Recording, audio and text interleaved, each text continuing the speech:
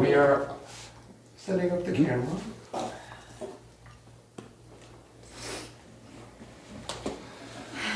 Alright. Ready? Okay. So we are here today after we did the video yesterday talking about compassion and love and strength and peace. So today we're coming in to talk about the dark energies that are swirling around right now through the chaotic energy of the global collective. And a lot of people have come to me during healing work and things like that about how I'm feeling a lot of anxiety, or I'm feeling a lot of different things that I know aren't mine. And so that's kind of where we wanted to come with this class, because of the fact that when it is such a huge collective energy of chaos and destruction and anger that's going on, it affects each and every one of us. And even people that are very well protected and very well guarded, it still affects us in different ways that we're not realizing it. And so part of this is kind of to give you different ways to work through this type of energy and to work through what's going on. So what do you think, Crosby? Well, let's start with the big picture, and then we'll have some specific things. Did everyone get a copy of the notes today? Yes. Okay, good. Okay, big picture, current events. Whiteboard all right. Oh, yeah. Okay, so current events. Okay, what's really going on?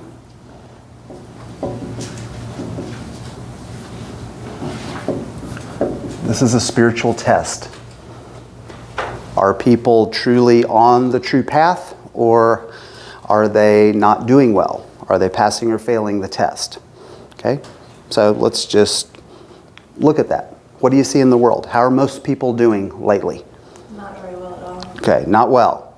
There's a lot of separation, a lot of division. Mm-hmm. Okay, separation. Up and down. Up and down. Okay. Fear, loss of faith. Okay. A lot of fear. Okay. Anger. Seeing a lot of that. Destruction. Destruction. Are people... From people not feeling safe. Mm-hmm. Okay. Are people confused out there? Okay. So part of our intention today is to clear up a lot of that confusion, and then we'll be talking about specific things to do to navigate the negative or dark or destructive energies that pretty much everyone is encountering.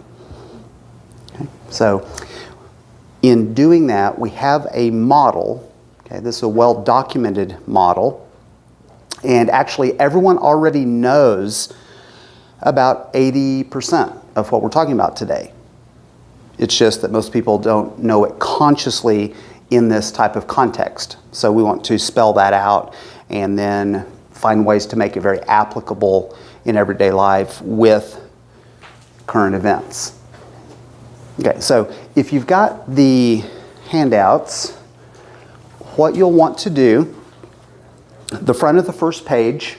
And what we can do with these is we can take pictures of these and put them on the event later for those that are following through the event, as in the comment section. Yes, and that'll be available. So the very first page, okay, this is something called the Hero's Journey. Okay, has anyone ever heard of this? Okay, all right. It comes from a book written by Joseph Campbell. Okay, the Hero with 1,000 Faces. Okay, it's worth your time to read that book. So we're using this as a model for understanding what's going on currently, both in the collective and at an individual level. So you'll want to look at the front of the first page, and then the second page, everyone sees that it has this diagram, the round circle with the various of the 12 stages listed. So you'll probably want to go back and forth between those two as we go through it. Okay, a little bit of context. Okay, first of all, every Hollywood movie, okay? Now hopefully this is not disappointing. It actually, once you understand it, it enriches your movie watching experience. Every single Hollywood movie is this story in one form or another. Okay, it is the master story for individual people and also for humanity. So anytime you go and watch a movie, literally it's the same story in one form or another, obviously with variations here and there. Okay, now let's go back. Anyone ever been to a play, a live performance, a play presented in person, on a stage? Okay, how many acts are there in a play? Usually. Okay, usually 3 acts. So the story we're talking about today is broken up into 3 acts. This is actually where a lot of that structure originally comes from. So if you're looking on the second page with the schematic, okay, starting at the very top, moving to the right and down the arc of the circle, steps 1 through 5, that's Act 1 of the play. And then the entire bottom half of the circle, so we have numbers 6 through 10, that's Act 2 in the play. And for those of you that are watching this live, I did just put the notes in the comments of the event page so that you can follow along with us. Okay, and then the last quarter of the circle from here all the way back to the top, that's Act 3. So knowing that structure, that will plug into some things that everyone already knows, has a kind of a format for understanding.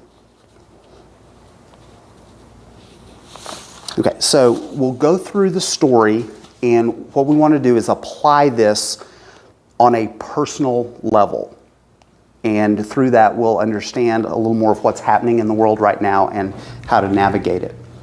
Okay, so we have the circle starting at the top. All right. So step 1, it's called the ordinary world. So the application, this is a person, they are living their life. Okay, they're going through life. Okay, now notice, this is called the hero's journey.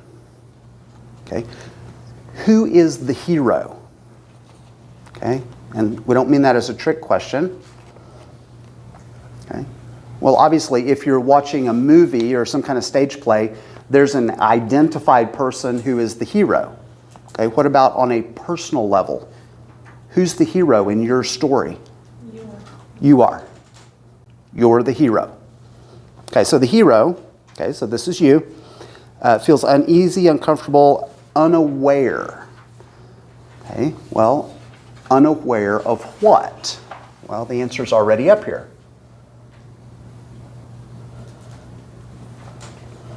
What's the purpose of the journey from a spiritual perspective? To learn, grow, and become more mature personally, spiritually, at a soul level. Okay, so the hero is unaware.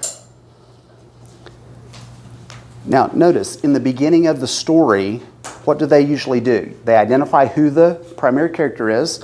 They give some background. Who is this person? Where did they come from? Maybe some details specific to that person and maybe the life experiences that have led up to that point. So some context, a little bit of history. Okay, step number 2 is called the call to adventure. Right, now,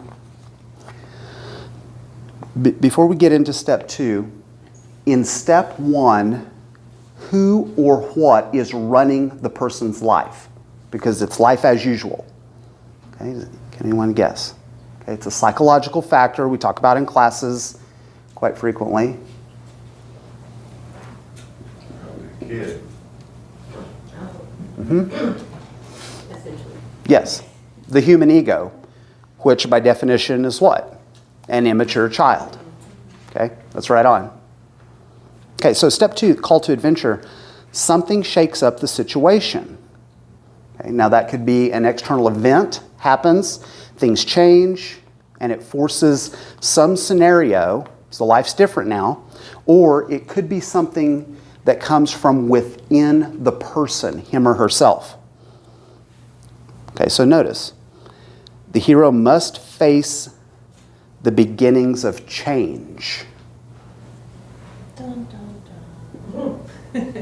Does that not go with what we're going through right now? We need a soundtrack. Change.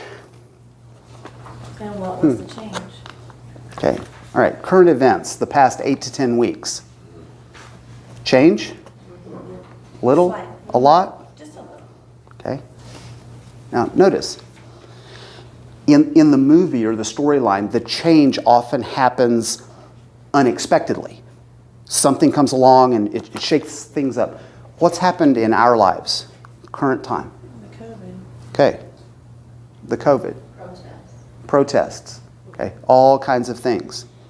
How many people saw that coming beforehand, just in the general populace? Very, very few. So again, it fits the framework. Sudden, unexpected change. Now, notice what it says onto the hero must face the beginning of change. So here in real life, change is happening. Can you just avoid that as if nothing's happened? Many people try. Many people try to do that. Okay, live in denial, avoidance, isolation. Even with all those strategies, can you completely ignore the changes? No. Okay, so change must face it. Have to, unavoidable. Okay, now, step 3. Refusal of the call. Okay, well, what is the call? Well, it goes back to this. The call to learn, grow, mature,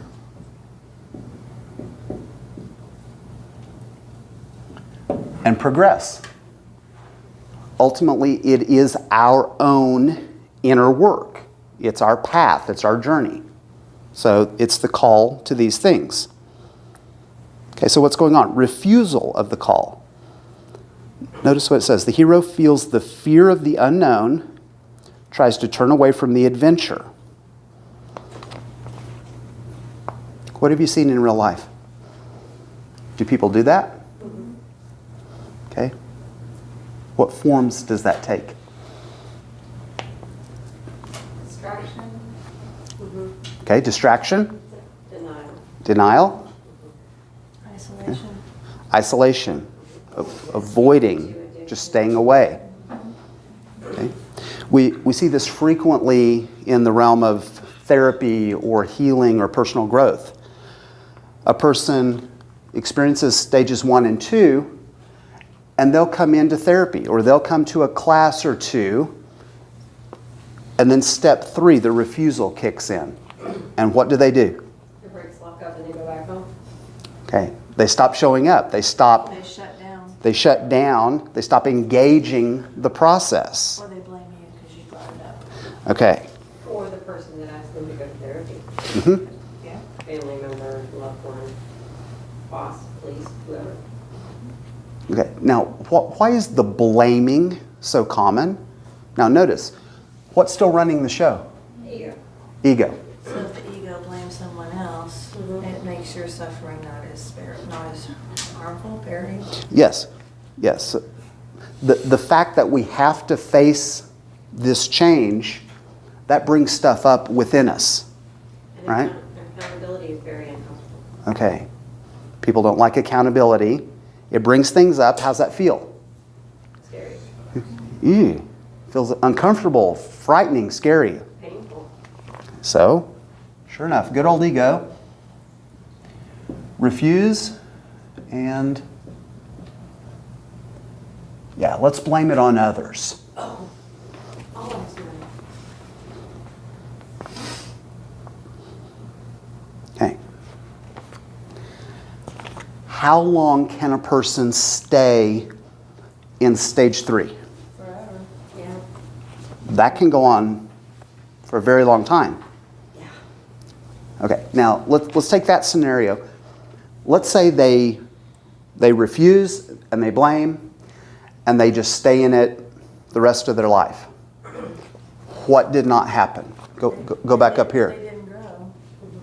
They didn't grow. They didn't engage the necessary experiences to work through things or resolve things or grow or progress. They became stuck and stagnant, and they became comfortable. Okay. Well, they're stuck on a DuPont circle between 2 and 3 and 2 and 3 and 2 and 3 and 2 and 3 and 2 and 3. Okay. Over and over again. Okay. So we have a term for this. Right there, they are now stuck in comfortable misery. Oh, nice. Now that might seem like a contradiction in terms. How can it be comfortable and miserable at the same time? It's familiar. Okay, it's familiar, it's predictable enough that we, How to handle that situation. okay, we're comfortable with that. We know how to handle or navigate that. However, have they really gotten anywhere? No. So at a soul or spiritual level, they're miserable. And their circumstances, there's quite a bit of misery in it. They stay right there. It's like they open the door, put their toe in, and go, nope, water's too cold, pull the toe back out, and the door shuts again. Yes. It's predictable. Predictable, and we like that. Yeah, the unknown's scary. Yeah. Okay. And our possibly unhealthy coping mechanisms are doing the job right now. Mhm.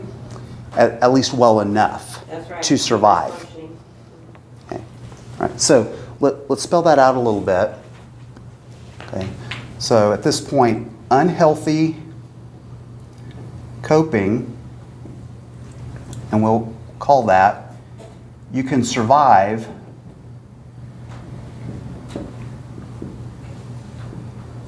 but not thrive. Are you really living life? No. No. You're surviving, you're making it. That's about it. You find happy moments here and there, but they're Okay. not continuously happy. Okay, a little moment now and again. That's it.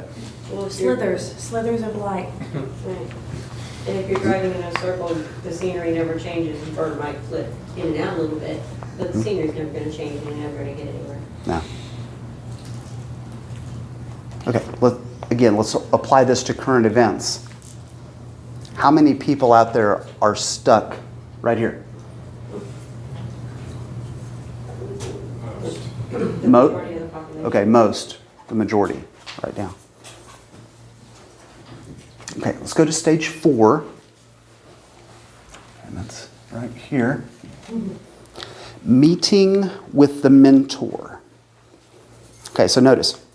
The hero comes across a seasoned traveler of the worlds who gives him or her training, equipment, or advice that will help on the journey.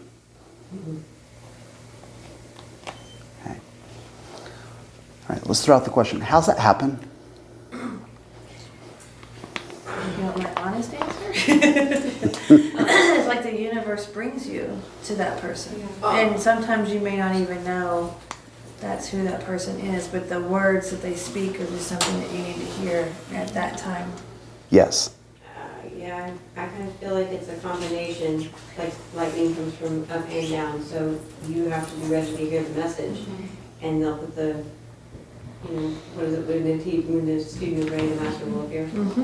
But Yes. not before then. Because you can pass your mentor on all the time, but until you sit down and ask that question, you don't connect to it. Yes. Now, let's go back up at the high spiritual level.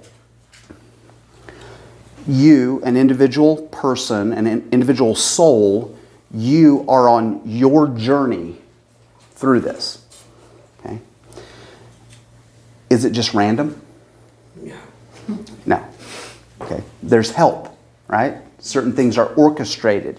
There is certain group of functions that we might call oversight. All that's happening. So how does your path cross with this mentor? When you're ready. When you're ready. Okay.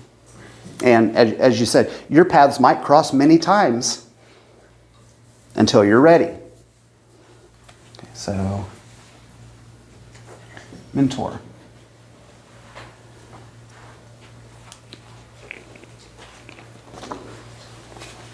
And this happens in small scales all the time. You sit down and you have that life-changing conversation with somebody Yes. half a dozen times in your life, or more or less.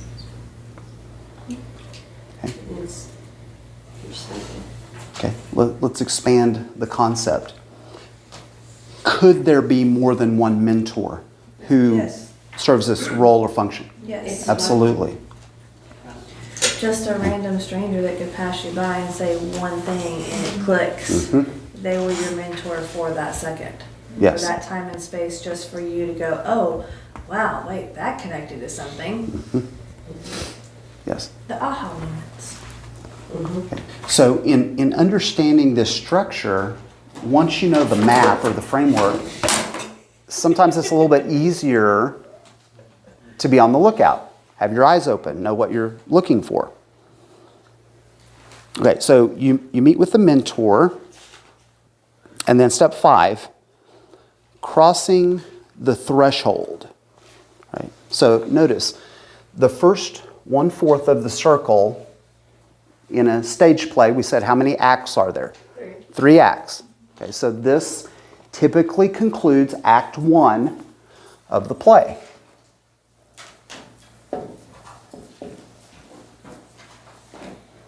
Okay, all the way down to here. We'll call this crossing. Okay, so at the end of the first act, the hero commits to leaving the ordinary world. Okay, so that's a major component. And then entering a new region or condition.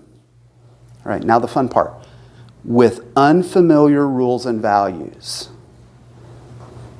Okay, so let's put that in a little bit different wording. Out of your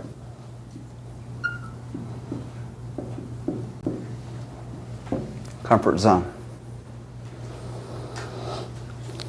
Now, that is absolutely necessary.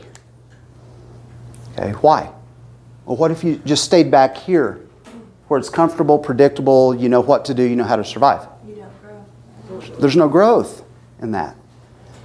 Okay, little fact of reality.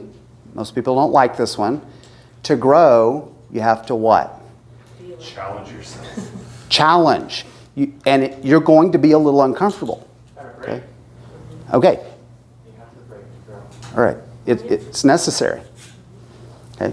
Now, again, that's not being harsh or mean. That's simply the truth of how it works. So let's notice on step 5, the hero commits to embarking on this adventure. Okay. So if you're taking notes, the word commit, why is that crucial? Because you've committed to the new path. You have put yourself on it and you will do what it takes to get there. And to You have work the through it. intention. And the intention. Yes. Yes. A lack of hesitation or reservation, you decide right then that's what you're going to do and this is how it's going to happen. Yes. I'm going to take this stand. Yes. Okay, so this is truly a journey, okay? And you have to be all in for this. Can you just dabble a little with it? Nope, that's how you go. Oh. That's how the door closes. Okay. Actually, many people try to dabble and treat it like a buffet. I'll have a little of this, a little of that, and If I don't like it, I can go back. yeah, I can always just retreat back and go back to that comfortable misery and be okay and life as usual. Okay.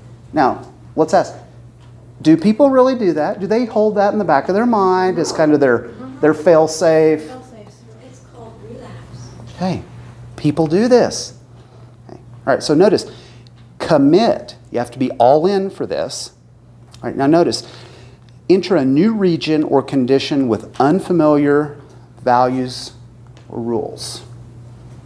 All right. So we'll put a little note right here. So we cross the threshold, and now there's the unknown,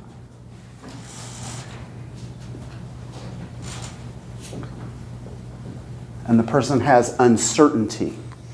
Which that's where the fear comes in and they go back to the top. Okay. In all great stories, the mentor is key because they are someone they can reach back to, refer to, and ask. They are someone who has trained them as well as they can and prepared them as well as they can for that journey. Yes. Okay. Their mentors, well, excuse me, are also on their arrow paths at the same time. Yes. Okay. Notice about the mentor, a seasoned traveler. Well, what's that imply? Well, for the hero, for the individual person, on this journey, it's the first time, right? How do you know where you're going, how it works, or how to do it? You don't. Hence, a mentor, seasoned. Well, guess what? They've been down this road. And therefore, they can guide. All right, so that's the closing of Act 1. Okay, so let's go to Act 2. Okay. All right, and again, referring to the last page on the handout. Okay, so we're at number 6.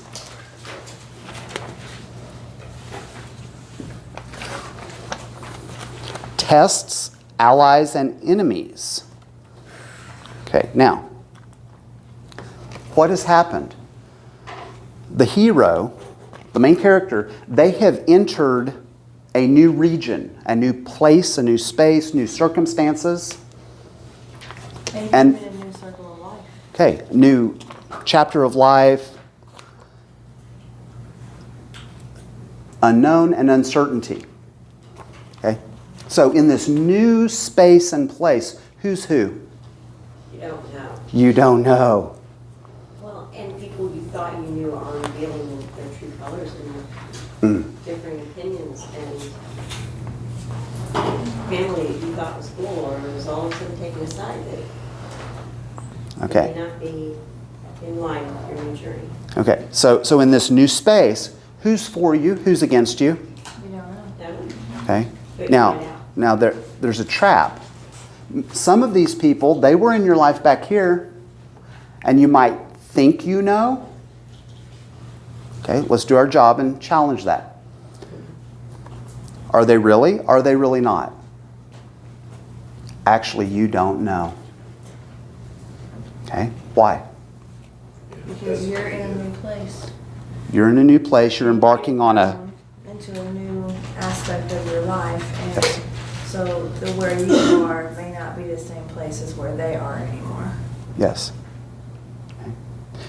Could it be that there are or were people in your life back here that you truly believed were on your side and had your back, but then when you do something as radical as jumping out there and embarking on a true journey of growth, it's not exactly what you thought. They might not be fully behind you or supporting you like you had believed. Or worse, they're trying to pull you back because you no longer benefit them. Yes. Okay. Now, we've seen this how many times? People engage in the true growth and learning. What starts happening in terms of the people in their lives? They start to disappear. Some people drop off. Some people cause issues to where you have to sit back and go, Yes? Projection. Projection. Okay. and perceptions. Okay, so let's throw out some words. Or try to control your beliefs. Try to control you or what you believe. Or the people around you. Or tell you that what you believe is not true. Mhm. And that your dynamics are not the realities. Uh-huh. Pressure. Doesn't that look like tests, allies, and enemies? So right there, why is this called tests, allies, and enemies? Because this is your testing period. And theirs. And theirs. Okay, so what you're actually doing, and we'll use a little bit different wording, you are testing it out, and you're learning. You're sorting things out. Who's who, what's what, for real. Okay.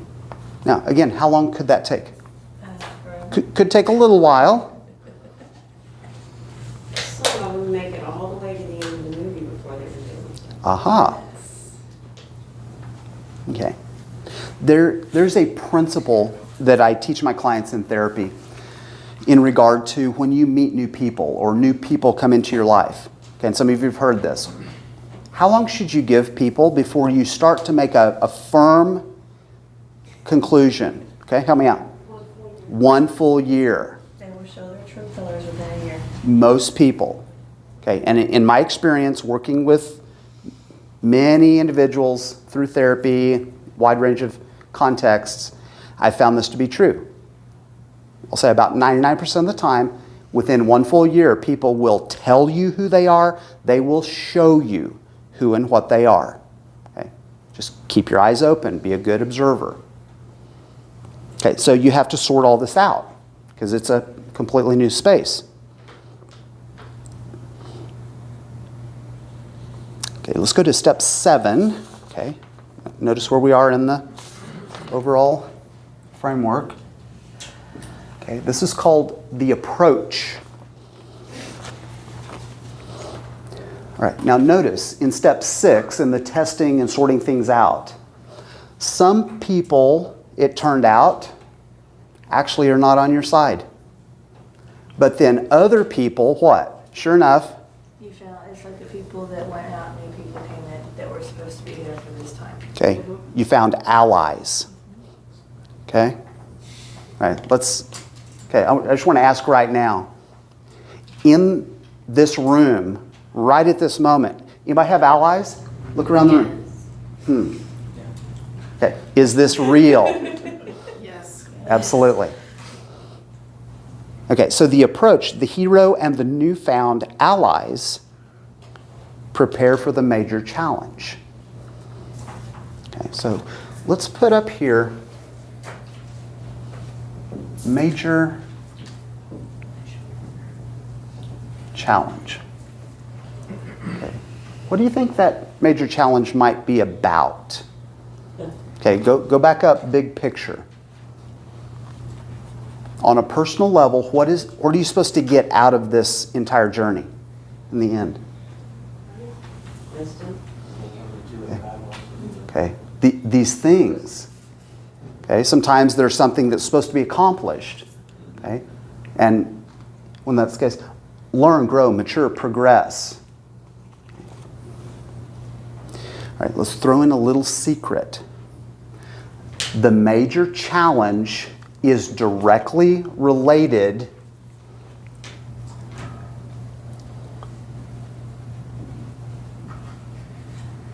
to your biggest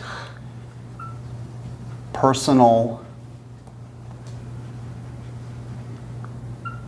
weakness. Okay. Now, when I use the word weakness, do not view that as a negative word. Okay, there's nothing negative about that. Okay, here's why. The ego. Okay, what did we say the ego is at the beginning? Okay, it's a child. It's immature. Okay, so this weakness reflects what? Ungrown. Okay, underdevelopment. It reflects immaturity, or it reflects a particular area of personal growth. You just haven't gotten that far quite yet on that particular factor. Okay, so when we use the word weakness, that's what we mean. Okay, don't view that as any kind of a negative. Yeah, it's just like the side of your body that's weakest, you do more reps on the left arm if you're right-handed and stuff like that, so it's more balance. Yes, you work on it and you develop it. Okay, that's what this is about. Okay, so in the approach, if you're jotting down some notes, highlight the word prepare. for the major challenge?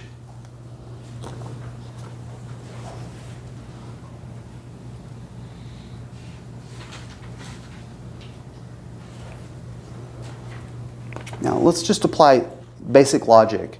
If you know that you have a major challenge coming up, wouldn't it just be smart to prepare? I mean, just basic good judgment? Okay. So, at this point, when you committed to this, do you know consciously that you're on the journey? Mm-hmm. Yes, you do. And you know there's a major challenge. So therefore, knowing that, you're going to prepare.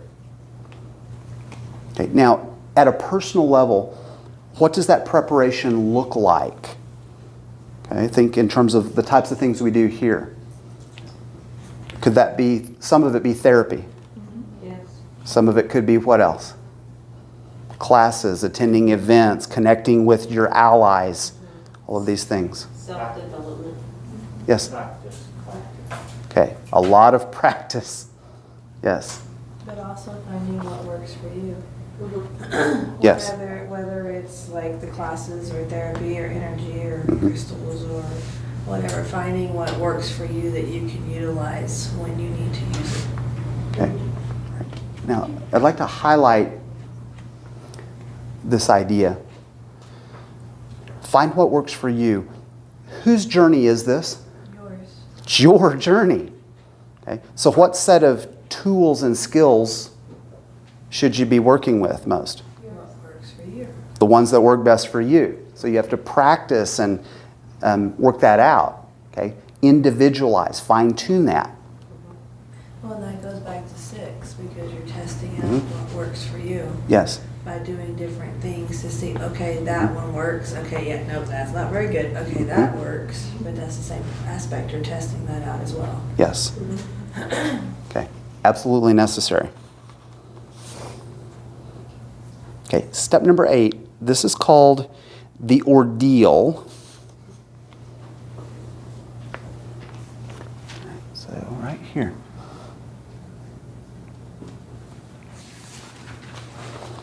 Okay, it says near the middle of the story, the hero enters a central space in this special world and confronts death or faces his or her greatest fear. Okay, all right, let's notice. This particular weakness, what did we say that reflects? A personal area that what? Okay, it needs development, or it's something that you need to work through or resolve. Okay? All right, now, let's take this scenario. When people come into therapy, okay, and most of our clients here are dealing with some type of traumatic experience, what does it take to confront one's own traumatic experience and work through it? Courage. A lot of courage. Pain. Okay? There will be pain. Now, before you confront it and actually work on it and work through it, how do you feel? Scared. Scared. Okay? And sometimes scared to death. Can be that severe. Okay? So, there can be fear. Okay? It has to be confronted. All right, let's ask. Is there any other way when that's the nature of what we're dealing with? No. All right, now notice. Okay, number 8. This is called the ordeal. Let's use the word confront.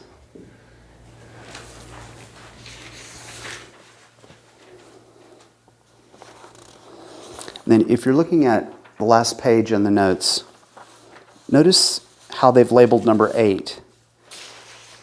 Death and rebirth. Okay, so let's add that.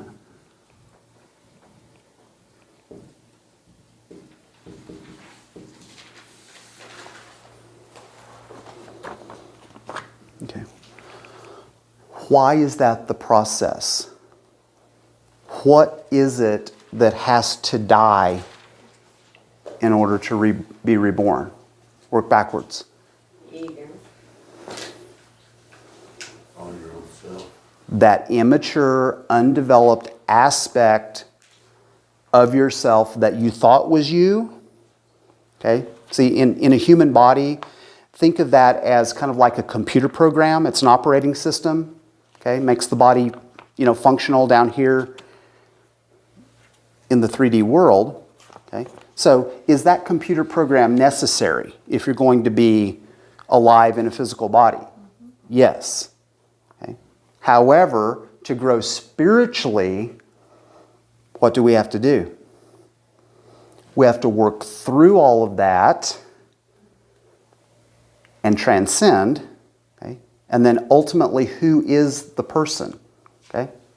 Are they ultimately a human or a... No, what are they? They're a soul. Right. So we have to work through that. Well, and if it's like a trauma, it's like that part of you had to die. Yes. To rebirth and renew your energy and your strength. Yes. Because that piece was holding you back. That piece was keeping you from moving on, so that piece has to die. Okay. Yeah, we gotta drop the dead weight of the ego. Okay. Let's use a modern analogy. Okay. At this point in time, in history, in society, how many people currently utilize horseback or horse and buggy as your primary mode of transportation? How many people are doing that today? Okay. How many of you are doing that today? Okay, none. Okay, why not? But it's a perfectly good mode of transportation and it tends to work. Because now you have new transportation. What other options do you have now? A lot. More efficient. Okay, you have many other, okay, exactly what you're saying. We have many other options that tend to be faster, more efficient, easier, okay? And possibly air conditioned on a day like today. Right? Nice perk, right? Choose the color. Okay. So when we talk about death and rebirth, okay, what about the horse and buggy? Did we have to go and destroy all of those in order to... Some people still use them. Okay, there are places that are still used. Okay, so one way of thinking of this when we talk about these ego dynamics, you simply take that and you put it into retirement. And then you replace it or you upgrade it with something that's truly more effective. Okay? Sorry, I didn't. So on a personal level, that's another way to think about that.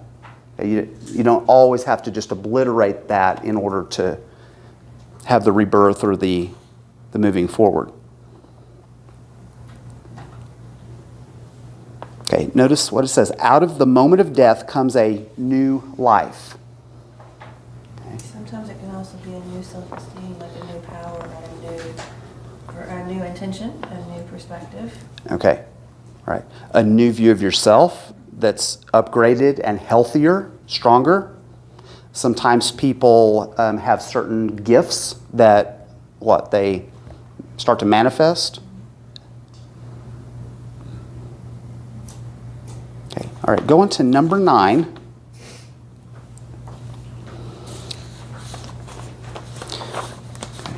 Number 9. Okay, this is called the reward.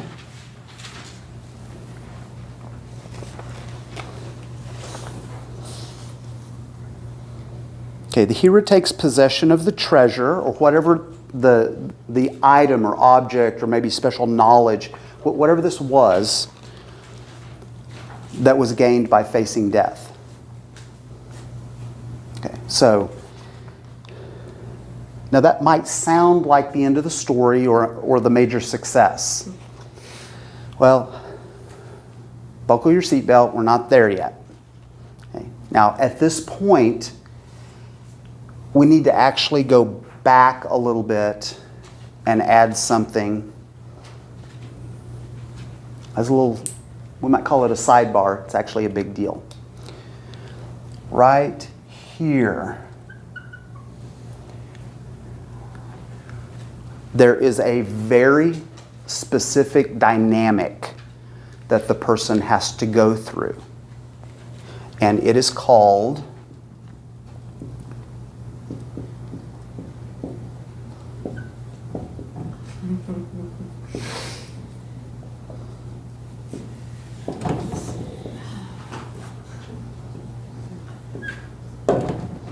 Exclamation. yeah, that does warrant exclamation point. The dark night of the soul. Okay, how many people are familiar with this concept? Okay, several people. All right, all right. What is this actually? All right, all right. I like to boil this down to one word, okay? And the word is grappling. Now, what do we mean by that? What was it that has to be retired or transcended? Some aspect of the ego. Part of yourself. Okay? All right. Now, a little context. As a human being, okay, small child grows up, conditioned, societal messages, these types of things.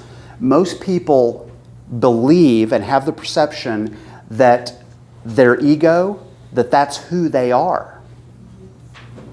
Okay? Now, big picture, is that really true? Who is the person ultimately? The soul. So, to let go or transcend that aspect of the ego, people wrestle with it.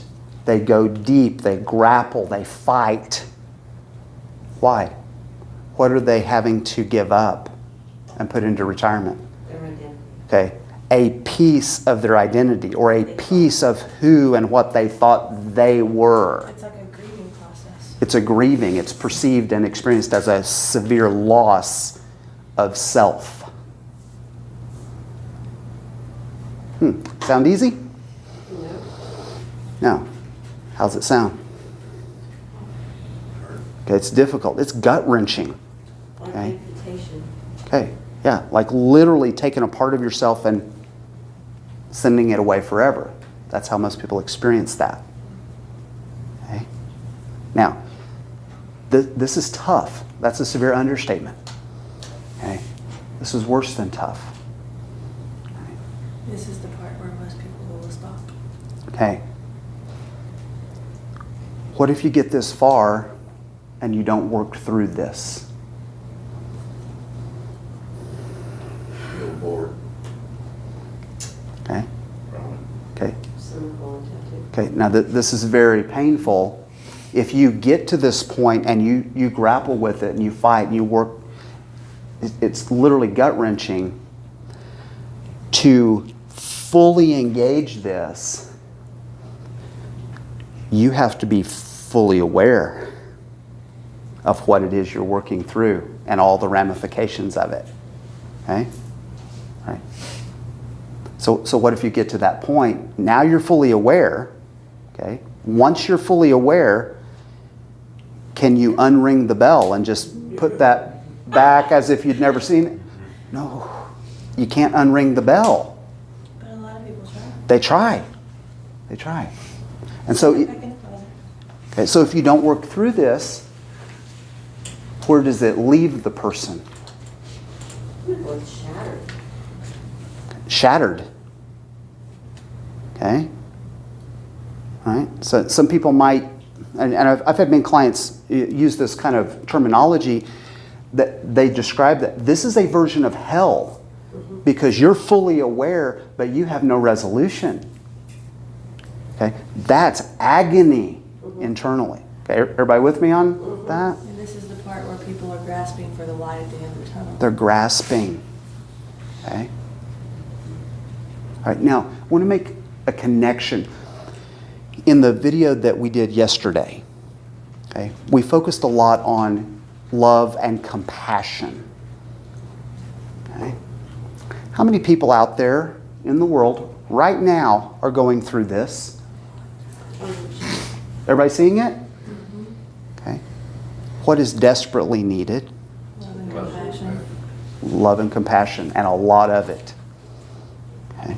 They're not only examining their soul, but the souls of their ancestors and the people who raised them, the people who taught them, the world that told them what they were supposed to believe, and now they're trying to figure out what they believe for themselves.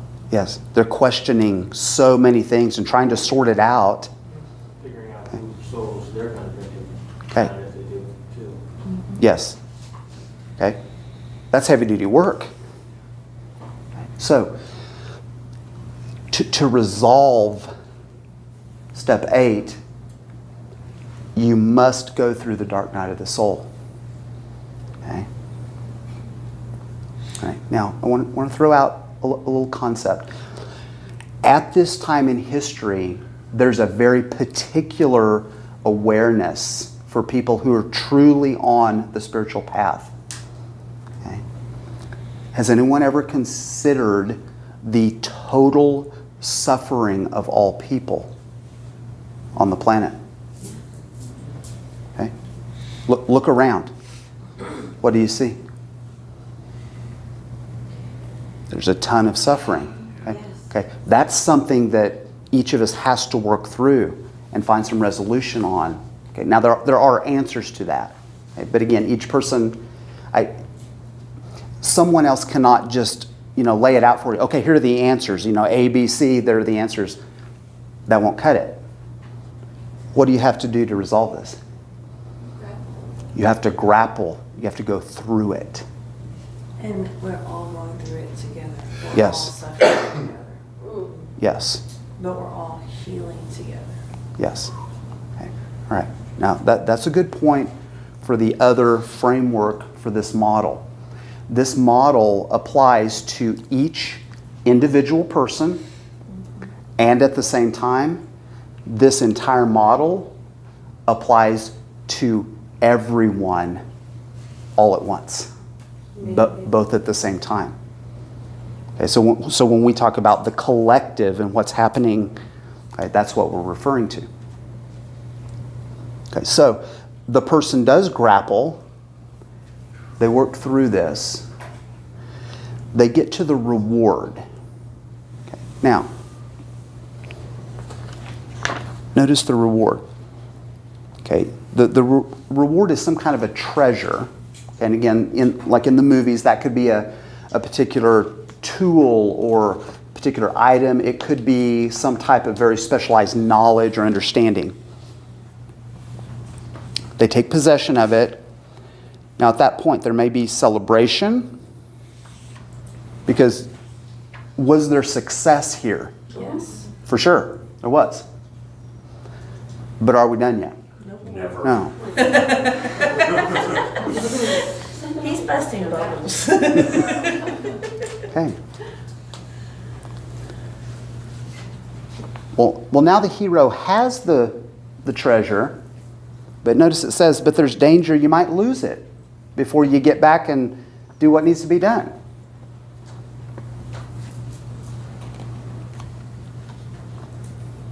Okay, go on to step number 10. Okay, and step 10 is right here. It's at the very end of Act 2 in the play. Okay, this is called The Road Back. Okay, so that they worked through the incredibly difficult process. They got what they needed, and now they have to go back and do what needs to be done to get a healthy final resolution and a healing and growth. Okay, so notice, okay, this is about 3/4 of the way through the story. The hero is driven to complete the adventure, leave the special world, and be sure the treasure is brought home. Okay, all right, now,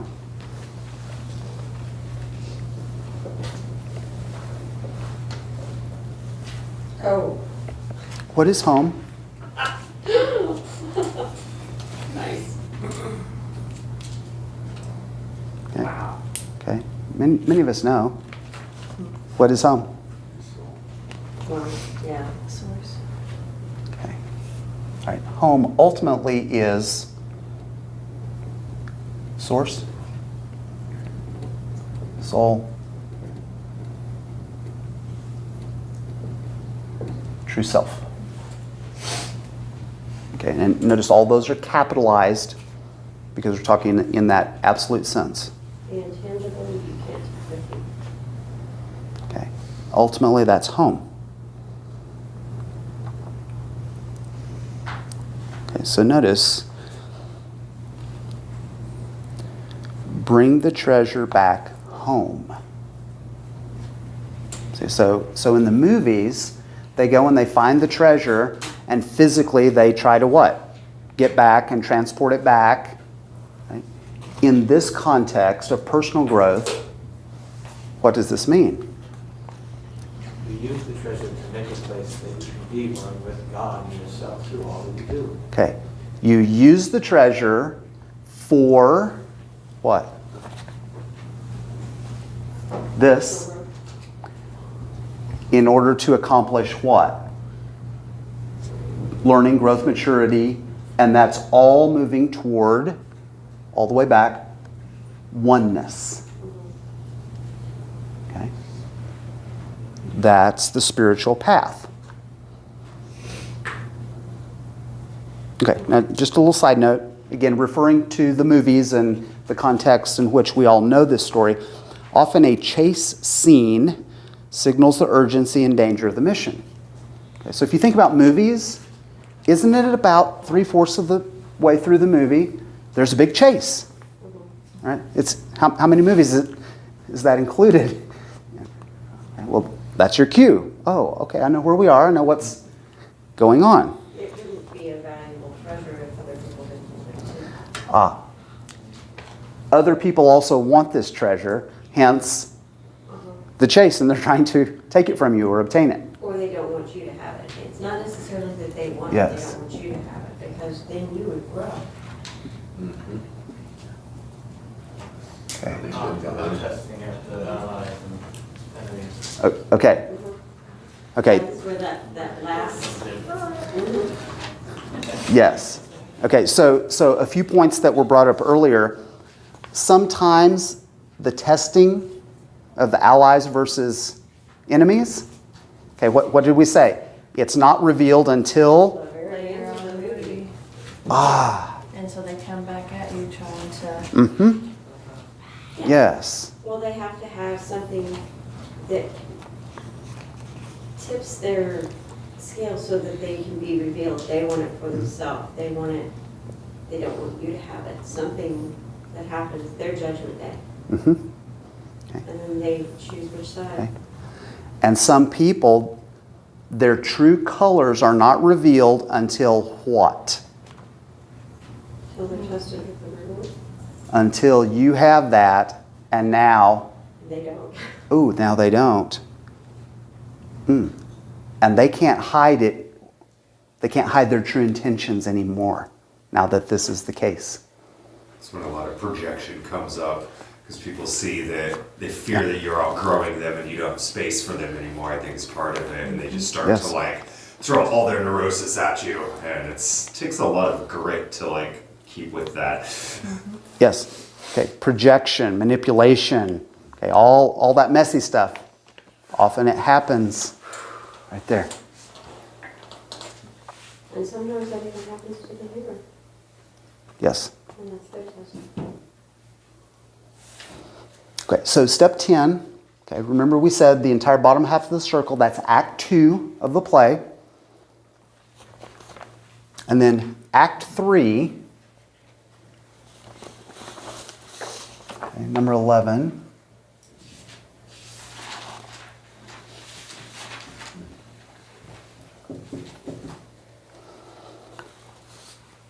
Resurrection. Okay, at the climax of the story, the hero is severely tested once more. Now notice, usually right before they get back home. Okay, why? Well, one of it would be like in a trauma situation is it's to see if you've truly healed from that piece to be able to refocus, just basically come in contact with that trauma again, and have you healed it, forgiven it, and does it affect you still? Okay, so Yeah, give it one more chance to conquer you. To see if you've truly taken the treasure and reward to where you needed it to go. And if you've overcome it. And when you evolve so much, you get so powerful, you do so intense things, to come back to where your most precious is, you gotta make sure that you can have the fine-tuned control to come in without really messing it up. Or hurting somebody. So that that's, Yes. or just killing them because you wanted to pat them on the back. That's why the tests come, to make sure that you've got the skills to use the bills that were given to you. yes, because once the person gained possession of what this is, what happened to their personal power? It increased. How much? A Exponentially. lot. So now when we come back, as you're saying, You gotta make sure you don't kill something by just trying to pet it. Yeah. you have to be able to manage and handle that appropriately and in a healthy way. One more test to see whether you'll use your power for good or evil. Ah, see, because we're not done yet. No, we're not. Okay? You see, the first death is your internal death. Yes. This death is everything, For internal and humanity. outside. This is Oneness. Yes. another level. Okay. Because it's almost like if you haven't integrated it and used it and healed it, then you gotta go all the way back to the beginning Okay. and start all over again. All right. Now, what is the measurement of whether the person has done this correctly and successfully? The measurement of this is Oh, Lord. selfless. Why? Because it's not about you. Okay. The ego is what? The lowercase self. Okay. The big Yeah. portion of it. Yes.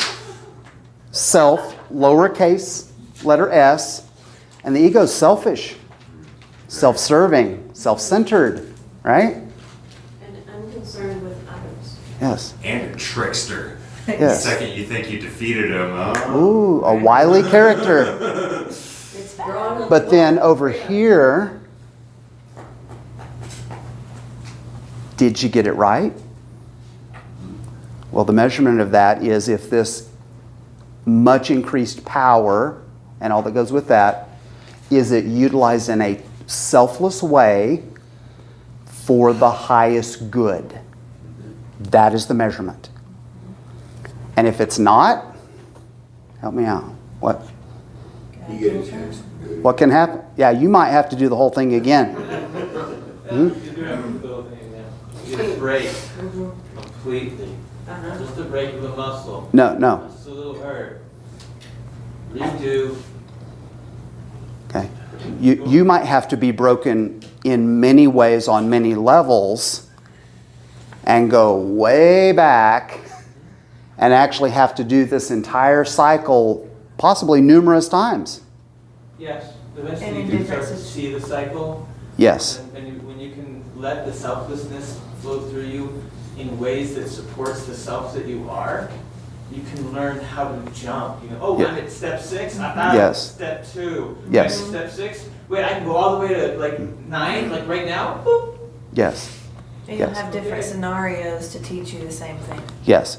With high level awareness, like what you're talking about, this can be put on fast speed It's forward. kind of like you stop a routine that's bad for you in the day. Mm-hmm. And you've been trying to do something for a couple of years, but you've been missing the cycle, missing the cycle. You stop this routine, you go do something completely new, and you walk across an old friend that lives in the same neighborhood that has exactly the opportunities you've been needing for a long time, that has been going that same cycle in the path that you've been, but in another place and another time. Yes. It's right there next to you. Slight adjustment with a little tiny thing. Yes. The patterns tweak Yeah. and it reveals much higher level solutions. Okay, notice by the hero's action, the polarities that were in conflict at the beginning are finally resolved. Okay, so that's saying, yes, this was done and it was done properly, and we have the indicators that sure enough, you did it right, you fully integrated it, you're getting it right. Okay, what's the word resolved mean? Okay, if it's resolved, what's remaining that needs to be worked through? Nothing. Okay. It's completed. It's completed. Okay. All right. Step 12.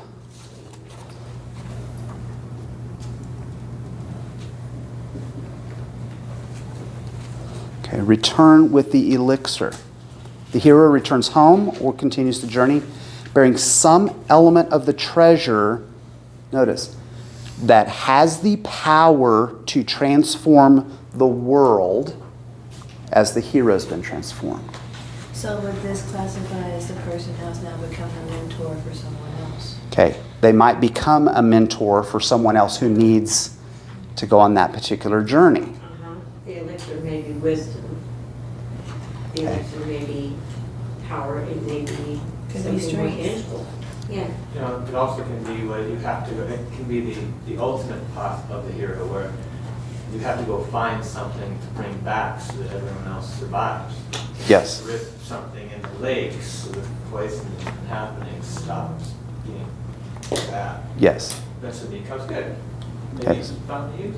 So- Yes. So the elixir, that is many things. Many things. Okay, so on a personal level, okay, now again, we're applying this current day. What has happened to the hero once this was fully integrated? They've transformed. They're transformed. Okay, Or now, transcended. a little bit of word. Transformed, does that mean they just changed a little? Oh, No, no. no, no. No. It's like All a the way across with a new form. Okay. caterpillar to butterfly. It's a transformation. Yeah. You know, it tends to be like coming out of a cocoon. It's just a different entity. Yes. Okay. Generally unrecognizable. Okay. Completely different at a fundamental level within. Okay. So this elixir, okay, was the person healed, him or herself? Yes. Yes. Okay. Now, what do we say about the model? It applies individually and Collectively. collectively.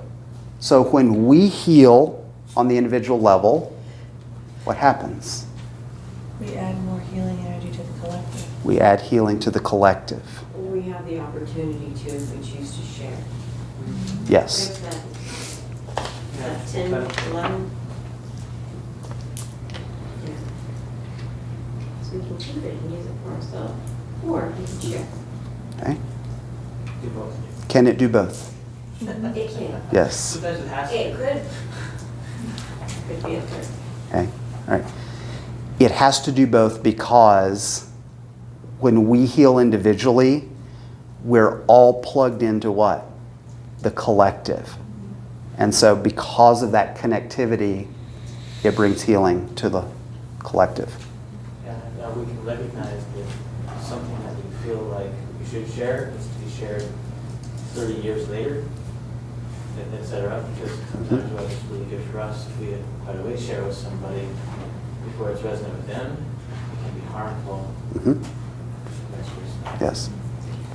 Let's notice with what you're talking about, once we've done this step correctly and we're getting it right, there's wisdom that goes with knowing how to utilize that new level of power.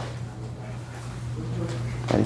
So what if you encounter another person and it's clear to you that person's not quite ready for whatever this is that you've got to work with that's new? Well, sometimes it's timing. Okay? All right, we use wisdom in that. Okay, so that's step 12, the return, individual and collective healing. All right, now let's ask. In watching Hollywood movies, anybody recognize the story now? Okay. Now let's ask. So why is most every Hollywood film the same story? What's going on? Six of life blueprint.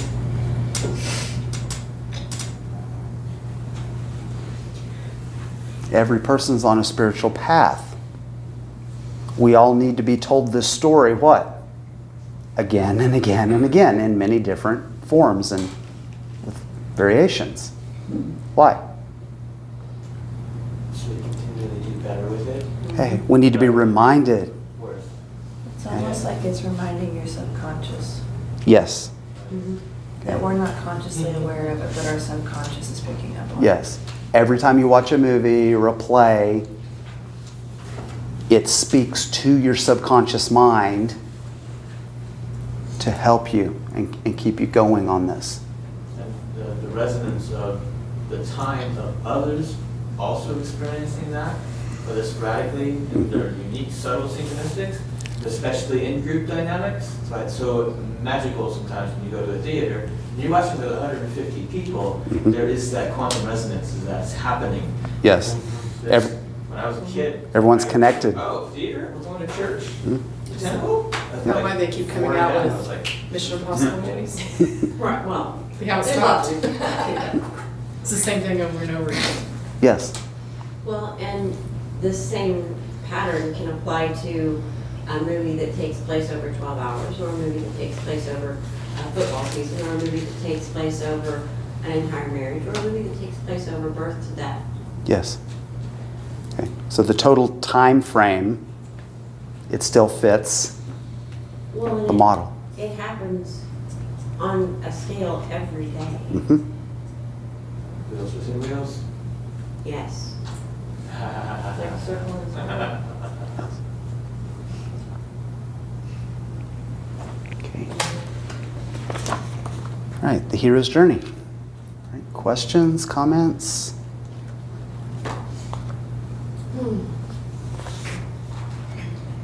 Collectively, where are we right now? Well.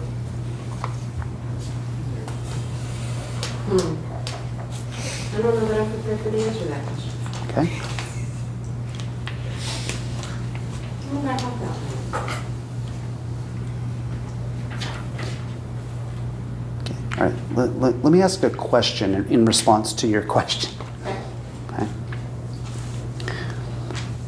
Do sometimes people ask a question that they're not ready for the answer to? All the time. That happens. Okay. Are there people who flat out don't want to know the truth about some things Oh, yeah. Yes. and actively resist it? Mhm. Oh, okay, that's real too. Okay. What can potentially happen if a person becomes aware of something before they're ready or able to handle it? Oh, they'll hit that asterisk right there and shatter. And shatter. Some people just resist it extremely. You know, they won't even like see a value in the system or anything because like their eyes are glazed over to it. They're comfortable in their own zone, their own mentality. Mhm. Wow. So where are we?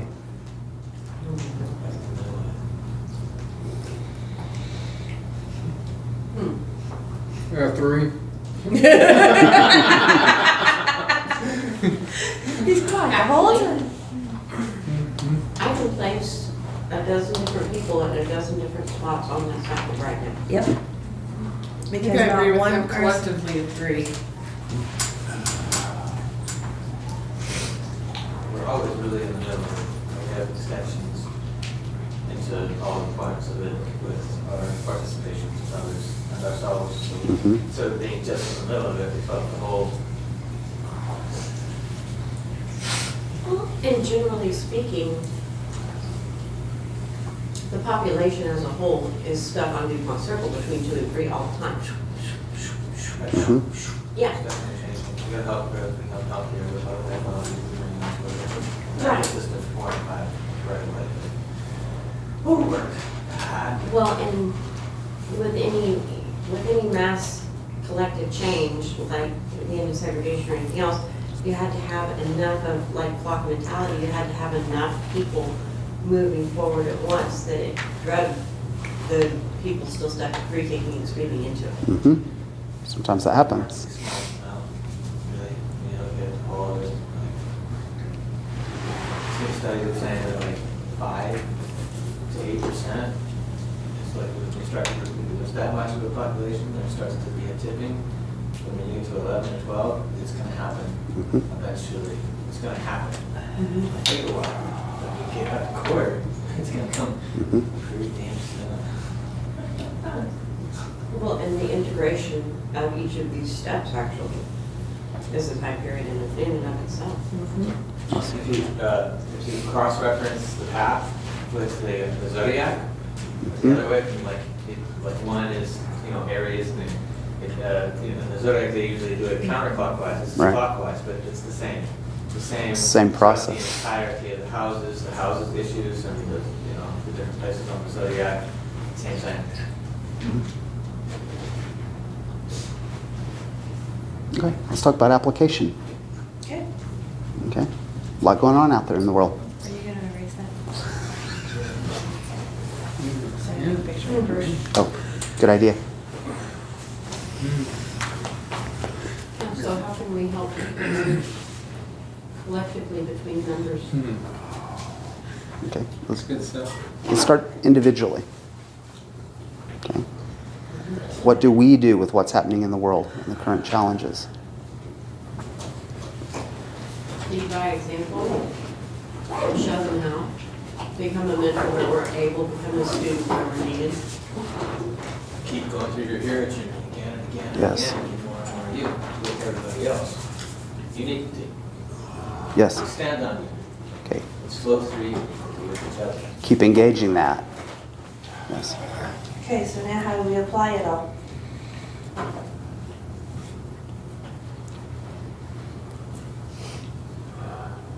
Okay. What do you do with some of the dark or challenging energies that you're encountering every time you walk out the door?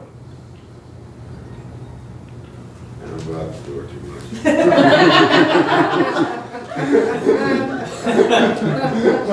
Send it patience, balance, calming, love. Understand that it's from a place of fear. Isn't it compassion? Okay. All right. Yesterday we talked about how the starting point for most scenarios needs to be understanding with compassion and empathy. Make that your starting point. Okay. So a lot of the chaotic energy. Okay, what's step one? Ego. Where's it? Where's all that coming from? Well, it's essentially immaturity. Okay, ignorance, lack of knowledge, lack of understanding. Scared, children that are scared of something that's different from them. Yeah. Yes. 1, 2, 3, crossing back and forth, Yes. jumping around. You know. Okay. So be mindful. That's what's going on. That's what's driving much of this. And how can you do that? Well, what's next? What's the thing that's next on the path? What can you be to calm the rest of that stuff down?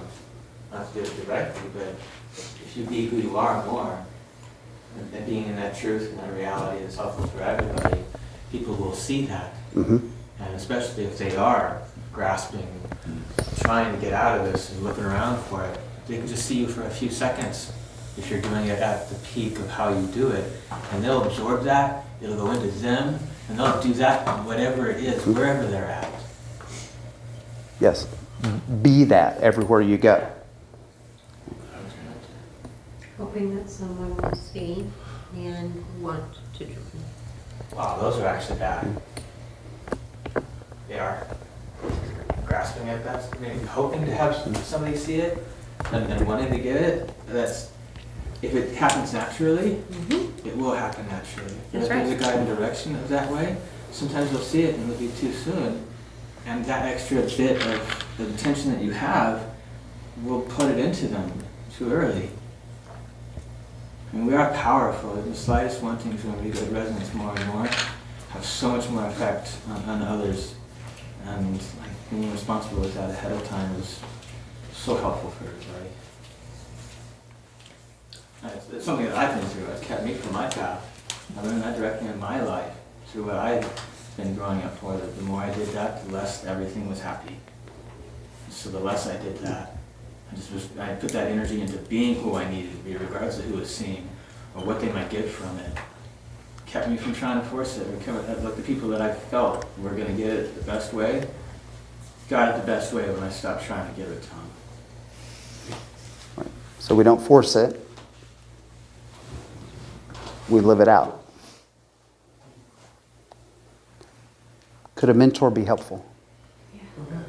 Okay. Okay. How many forms do mentors come along in?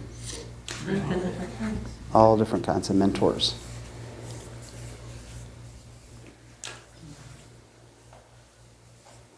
Okay. Anybody else? Ways that you've navigated successfully? Definitely using compassion. Knowing that everybody's going through something because they're going through it in their own way. And what might be their way might not be the same as my way, but they're going through it with what they know with. Because it's like you said, it's like in the number 5, it's all uncertainty and unknown. This is all new territory for everybody. Right. And if it's unknown, people don't know what to do. They get scared quickly. But you can't say they're wrong or right because they're going through their own journey. They're doing the best they can. So the best thing is to hold space and give love and light and show them that you're there for them.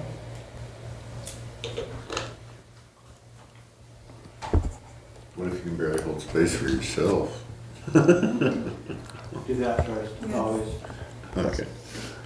But if you can't, that's where you connect to someone else who can help you. Yeah. Okay. That can be there to let you know it's okay. That can be there to just say, hey, let me hold your hand while you're going through this.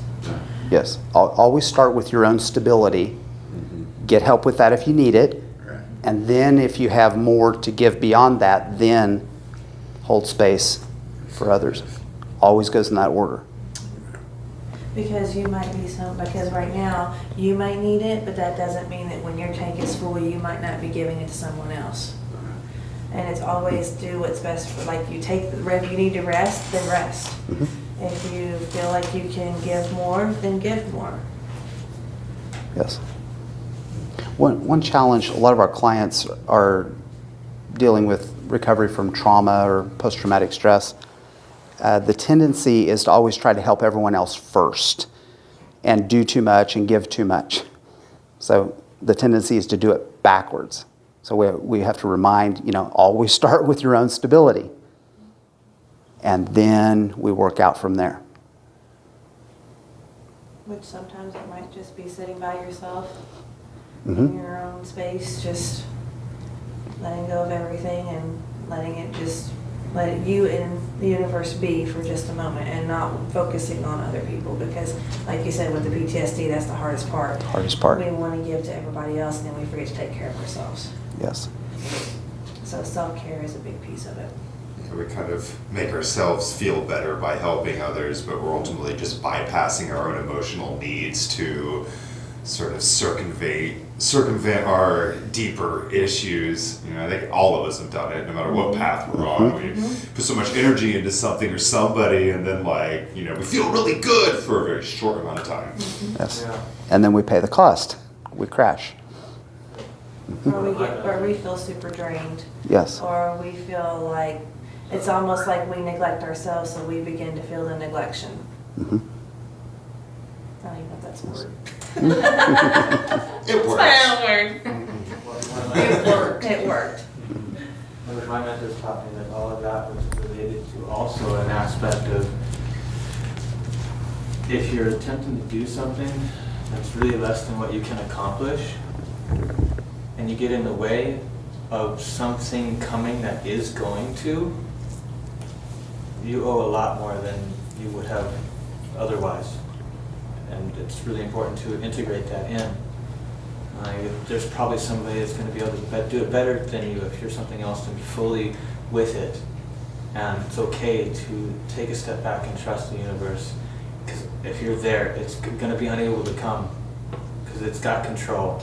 It sees something where it's landing would be crushed by it because it's that much better, stronger. So it just flies onto someplace else, and that place, well, there's a lot more suck there now because that thing that was coming has scheduled to fix a whole bunch.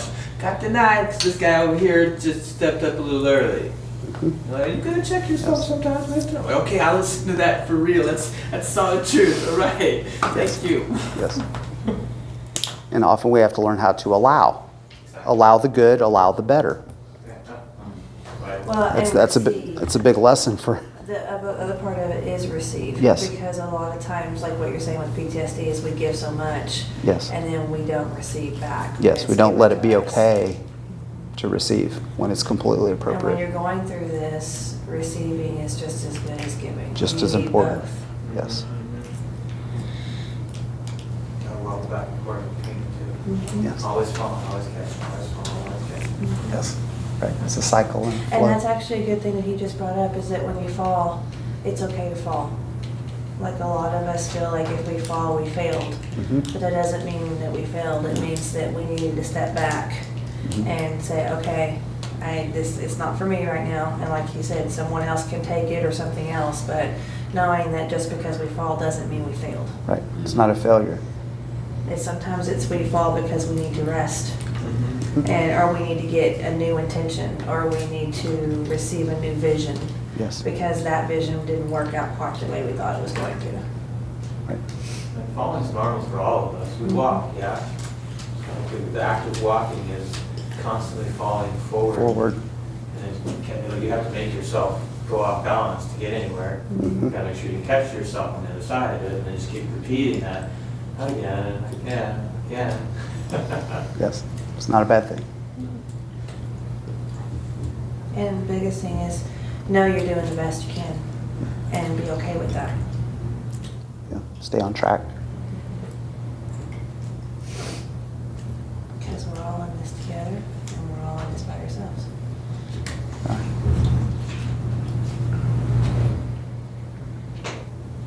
Okay. In conclusion, would encourage people, take a look at the notes, review this a little bit. You'll start to notice the cycles that you've been going through, and then this knowledge will empower you to realize what's going on and then have some awareness of the processes. Is some of it quite challenging? Yes. Takes a fair amount of courage for several of these steps. Okay. But And yet, strength. a lot of strength. But yet, this is the process. So knowing the process, you'll be better able to apply it with all the things that we're facing. We talk about core strength in yoga, but that is more than a muscular thing. Doing these things build strength to your core, and then life Yes. becomes quite a bit more, I guess the word would be acceptable. You just learn to accept it. Just go through it instead of resist, because most of us are like, sort of a racquetball getting hit up against the wall. Yay! Wait, are you the racquetball? I don't know which side we are. We're just part of the game. Yes. Okay, we'll be back again with more classes very soon. Next weekend, Sacred Geometry. Yes. I'm excited.